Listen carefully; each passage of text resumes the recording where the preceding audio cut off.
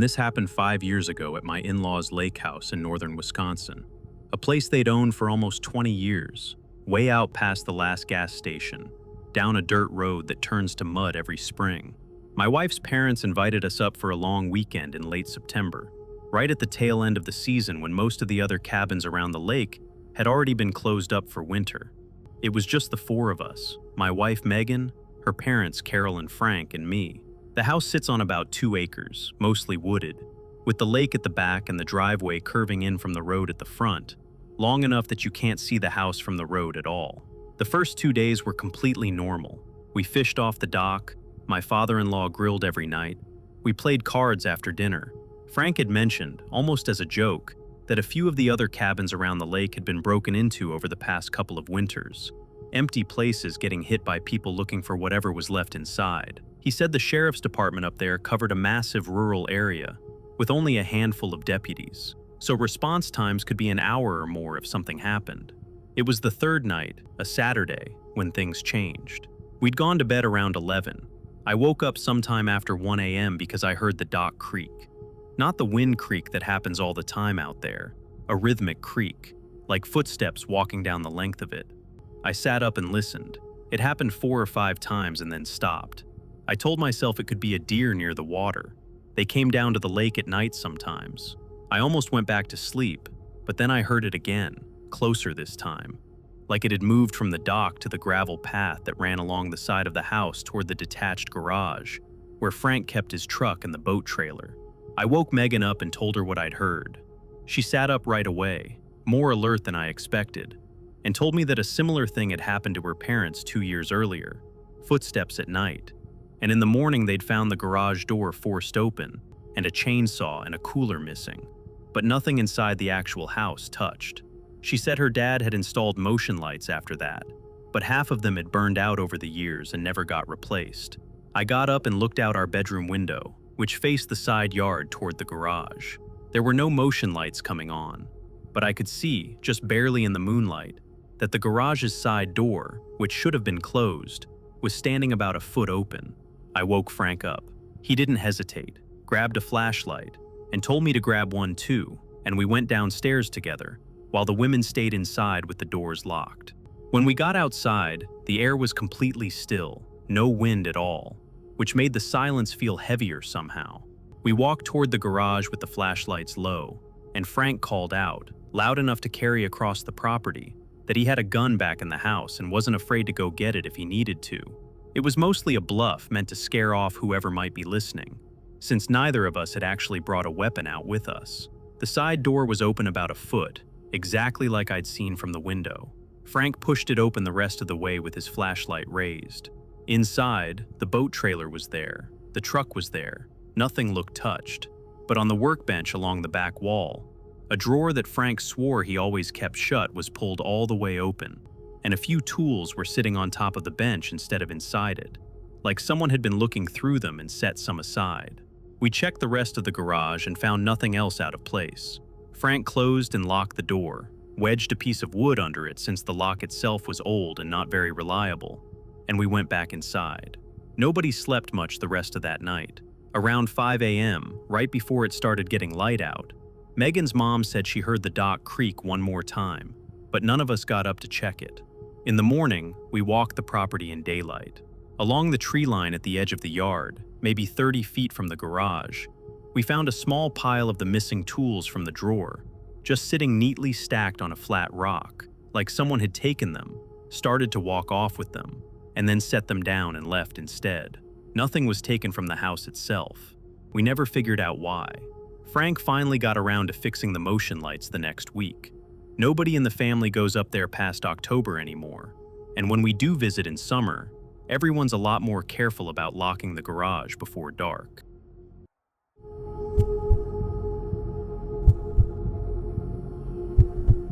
And this happened almost 2 years ago, when 3 of my college friends and I booked a cabin through a rental app for a long weekend outside Asheville, North Carolina.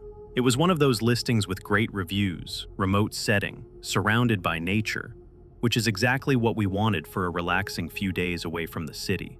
The drive in took almost 40 minutes past the last town, winding up a mountain road that got narrower the higher we went, until eventually it was just a gravel driveway cutting through dense trees with no other houses visible in any direction. The cabin itself was beautiful, big windows, a wraparound porch, a hot tub out back facing straight into the woods. The first night was perfect. We cooked dinner, sat in the hot tub, went to bed pretty late feeling completely relaxed. It was the second night when one of my friends, Priya, woke the rest of us up around 2 a.m. She said she'd gone to the bathroom and heard something outside her window, and when she looked out, she saw a light moving through the trees, low and slow, the kind of light you'd get from someone holding a flashlight pointed down at the ground instead of ahead of them. We all got up and looked from different windows. At first, none of the rest of us saw anything, and I actually started to think she'd half dreamed it. But then I saw it too, from the kitchen window, this faint light bobbing between the trees maybe 80 or 100 feet from the house, moving parallel to the tree line instead of toward the house or away from it, like someone pacing along the edge of the property. We didn't have the host's phone number saved anywhere obvious, so we found the booking in the app and messaged them, but obviously nobody responded at 2 in the morning. We debated calling the local sheriff's office, but none of us actually knew the exact address without checking the booking confirmation, and cell service up there was spotty enough that we weren't sure a call would even go through clearly. The light disappeared for a while, maybe 15 minutes, and we started to relax slightly, thinking it was over. Then we heard something at the back door, off the porch near the hot tub, a slow, testing kind of pressure on the door handle, like someone checking if it was locked rather than trying to force it. We'd locked it earlier that night, thankfully, out of habit more than any real concern. All 4 of us moved into one bedroom together and pushed a dresser in front of that door, which in hindsight probably wouldn't have stopped much, but it made us feel like we were doing something. We stayed like that, lights off, barely talking, until it started getting light outside around 6 a.m.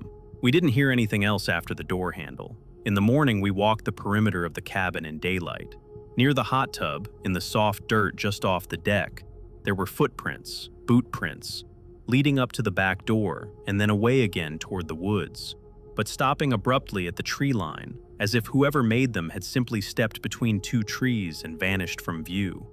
No trail of prints continuing on the forest floor beyond that point, though the ground there was soft enough that prints should have continued if someone kept walking. We messaged the host again, and this time they responded within the hour, apologizing and saying they'd had an incident with an ex-employee who used to do maintenance on the property and had been let go a few months earlier under circumstances they didn't specify further, but that they'd already contacted local police about a previous complaint from a different set of guests a few months before us. They offered us a partial refund and said they'd install actual security cameras before the next booking. We checked out early that day. None of us have gone back to that cabin, or honestly to any remote rental without visible cameras, since then.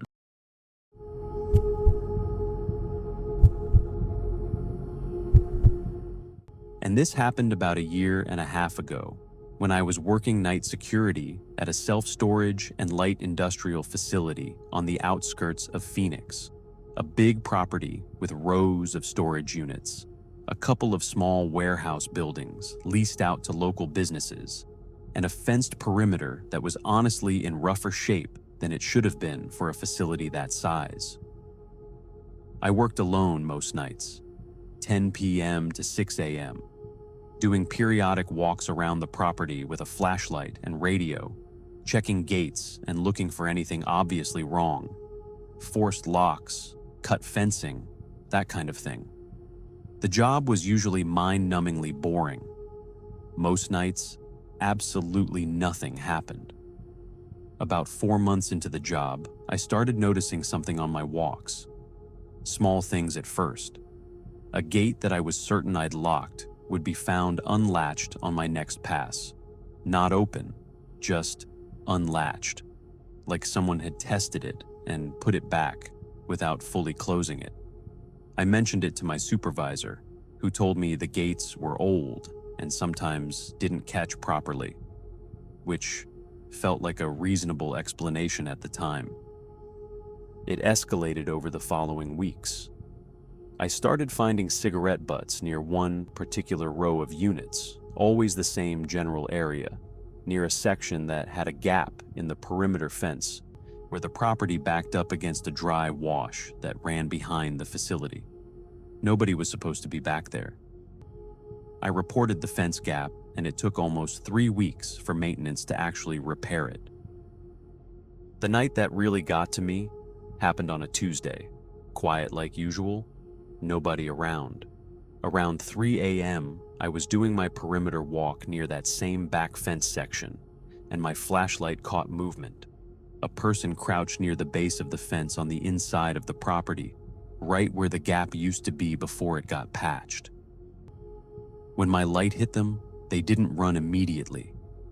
They just stood up slowly and stared directly at my flashlight beam for a few seconds, long enough that it felt deliberate, before turning and walking, not running. Walking calmly into the dry wash and disappearing into the dark. I called it in over the radio, and my supervisor told me to stay near the office and wait, that he'd call the police. But by the time anyone showed up almost 40 minutes later, there was obviously nobody left to find. The responding officer walked the fence line with me and said the patched section actually had fresh cut marks again, small enough that you'd have to know exactly where to look to notice, like someone had been maintaining a way back in without making it obvious during daytime inspections. After that night, my supervisor started scheduling a second guard for that shift, which the company clearly hadn't wanted to pay for before. Even with someone else there, I noticed the same guy, or at least someone matching that description from a distance, near that fence line, twice more over the following 2 months.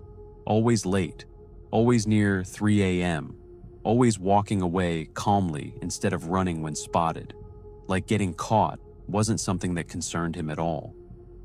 I ended up requesting a transfer to a different property about 6 months after I started, partly for scheduling reasons, but honestly, mostly because of him. I still don't know what he was doing back there, whether it was about the units, the businesses and the warehouses, or something else entirely that had nothing to do with the facility at all. The last time one of my old coworkers mentioned it to me, he said the fence gap had been reinforced with actual welded panels instead of chain link. And as far as he knew, nobody had seen anyone back there since.